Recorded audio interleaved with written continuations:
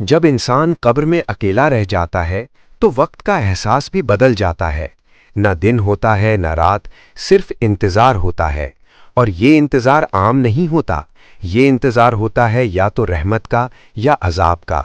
अगर कब्र जन्नत का बगीचा बन चुकी हो तो इंसान को सुकून मिलता है। उसे महसूस होता है कि वो आराम में है। उसके लिए वक्त तेज गुजरता है। लेकिन अगर कब्र अजाब का घर बन चुकी हो तो हर लम्हा बोझ बन जाता है। हर पल ऐसा लगता है कि कब खत्म होगा, लेकिन खत्म नहीं होता। यहां तक कि कयामत का दिन आ जाता है। और फिर एक और सच समझ लो, कब्र में इंसान अकेला नहीं होता, उसके आमाल उसके साथ रहते हैं। एक हदीस का मफहूम है कि इंसान के पास उसके आमाल एक शक्ल में आते हैं। अगर आमाल अच्छे हों तो वो खूबसूरत शक्ल में आते हैं और कहते हैं, घबराओ मत, मैं तुम्हारा साथी हूँ। लेकिन अगर आमाल बुरे हों तो वो बदसूरत शक्ल में आते हैं और कहते हैं, मैं तुम्हारे बुरे आमाल हूँ। सोचिए वो लम्हा कैसा होगा जब आपका अपना अमल आपके सामने खड़ा होगा। ना आप उससे भाग सकते हो, ना छुपा सकते हो। यहाँ दुनिया की एक्टिंग का कोई फायदा नहीं, यहाँ सिर्फ हकीकत चलेगी। और फिर वो वक्त भी आएगा जब सूर फूंका जाएगा। सब लोग अपनी कब्रों से उठ खड़े होंगे। लेकिन जिसने कब्र में सुकून पाया होगा उसके लिए उठना आसान होगा, और जिसने अजाब देखा होगा उसके लिए ये और भी ज्यादा खौफनाक होगा। इसलिए आज ही सोच लो कि आप अपनी कब्र को क्या बनाना चाहते हो, जन्नत का बगीचा या जहन्नुम का गड्ढा। फैसला आज हो रहा है।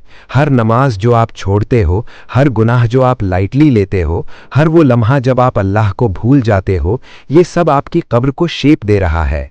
लेकिन रहमत का दरवाज़ा अभी भी खुला है। जब तक सांस चल रही है तब तक वापस आने का मौका है। अल्लाह इतना मेहरबान है कि अगर बंदा सच में तौबा करे तो पूरी जिंदगी के गुनाह माफ हो सकते हैं। लेकिन शर्त यह है कि दिल से वापस आओ, सिर्फ जुबान से नहीं।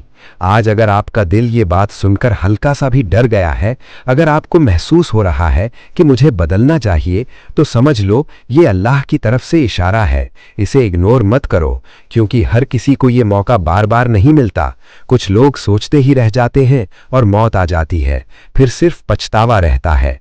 इसलिए आज से एक नया फैसला लो, छोटा ही सही लेकिन सच्चा। अपनी नमाज ठीक करो, कुरान से रिश्ता जोड़ो, गुनाहों से दूर रहने की कोशिश करो। गिर जाओ तो उठ जाओ, लेकिन रुकना मत, क्योंकि आखिर में वही कामयाब होगा जो अल्लाह के पास साफ दिल के साथ वापस जाएगा। और उस दिन सबसे बड़ी कामयाबी ये होगी कि आपकी कब्र रोशनी से भरी हो, सुकून से भरी हो, और आप मुस्कुराते हुए इंतजार कर रहे हो अपने रब से मुलाकात का। यही असल कामयाबी है, और यही वो सच है जिसे हम अक्सर भूल जाते हैं। आपने कितनी बार ये सोचा है कि जब आपकी आंख बंद होगी और दुनिया से रुखसती होगी, उसके बाद क्या होगा? लोग आपको गुस्ल देंगे, कफन पहनाएंगे और फिर आपको उठाकर उस जगह ले जाएंगे जहां से वापस कोई नहीं आता। कब्र, वो अंधेरी तंग जगह जहां ना कोई दोस्त होगा, ना कोई रिश्तेदार, सिर्फ आप और आपके आमाल। जब इंसान को कब्र में उतारा जाता है तो उस वक्त सब लोग वापस चले जाते हैं। मिट्टी डाल दी जाती है और फिर एक ऐसा लम्हा आता है जहां इंसान पहली बार असली तन्हाई महसूस करता है। उस वक्त उसका दिल चाहता है कि कोई उसे वापस बुला ले, लेकिन अब देर हो चुकी होती है। फिर शुरू होता है वो मरहला जिसके बारे में अक्सर लोग सोचते भी नहीं। दो फरिश्ते आते हैं, मुनकर और नकीर। उनका अंदाज सख्त होता है, उनकी आवाज़ गहरी होती है, और वो सवाल करते हैं, तेरा रब कौन है, तेरा दीन क्या है, और तू इस शख्स के बारे में क्या कहता है। ये वो सवाल हैं जो हर इंसान से पूछे जाएंगे, कोई बच नहीं सकता। जो दुनिया में अल्लाह को पहचानता था, जो अपने दीन को समझता था, जो नबी सल्लल्लाहु अलैहि वसल्लम से मोहब्बत करता था, वो आसानी से जवाब दे देगा। लेकिन जो दुनिया में गफलत में रहा, जिसे सिर्फ दुनिया की फिक्र थी, उसकी जुबान लड़खड़ा जाएगी। वो कहेगा मुझे नहीं पता। और यहाँ से उसकी मुश्किल शुरू होती है। कब्र या तो जन्नत का बागीचा बन जाती है या जहन्नुम का गड्ढा। अगर इंसान ने नेक आमाल किए हैं तो कब्र में रोशनी भर दी जाती है, उसकी कब्र वसी हो जाती है, उसे सुकून मिलता है और उसे जन्नत की झलक दिखाई जाती है।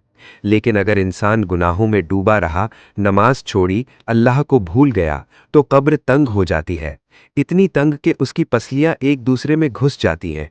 उसे अजाब दिया जाता है और उसे जहन्नुम की झलक दिखाई जाती है। सोचिए वो लम्हा कैसा होगा जब इंसान मदद के लिए पुकारेगा लेकिन कोई जवाब देने वाला नहीं होगा। उस वक्त ना पैसा काम आएगा, ना पावर, ना दोस्त, ना फैमिली, सिर्फ आपके आमाल आपके साथ होंगे। अगर आपने दुनिया में कुरान से रिश्ता बनाया था तो वो आपके लिए रोशनी बनेगा। अगर आप नमाज पढ़ते थे तो वो आपके लिए सिपर बनेगी। लेकिन अगर आपने इन सब को इग्नोर किया तो फिर कोई बचाने वाला नहीं होगा। और सबसे ज्यादा डर की बात यह है कि ये सब कब शुरू हो जाए इसका कोई वक्त फिक्स नहीं। मौत कभी भी आ सकती है, जवान हो या बूढ़ा, सेहतमंद हो या बीमार। मौत किसी को बताकर नहीं आती। इसलिए समझदार वो है जो आज से तैयारी शुरू कर दे, जो अपने अमाल को ठीक करे, जो अल्लाह से अपना रिश्ता मजबूत करे। क्योंकि कब्र का सफ़र सबको करना है और वहाँ का हाल आप आज डिसाइड कर रहे हो अपने हर अमाल से।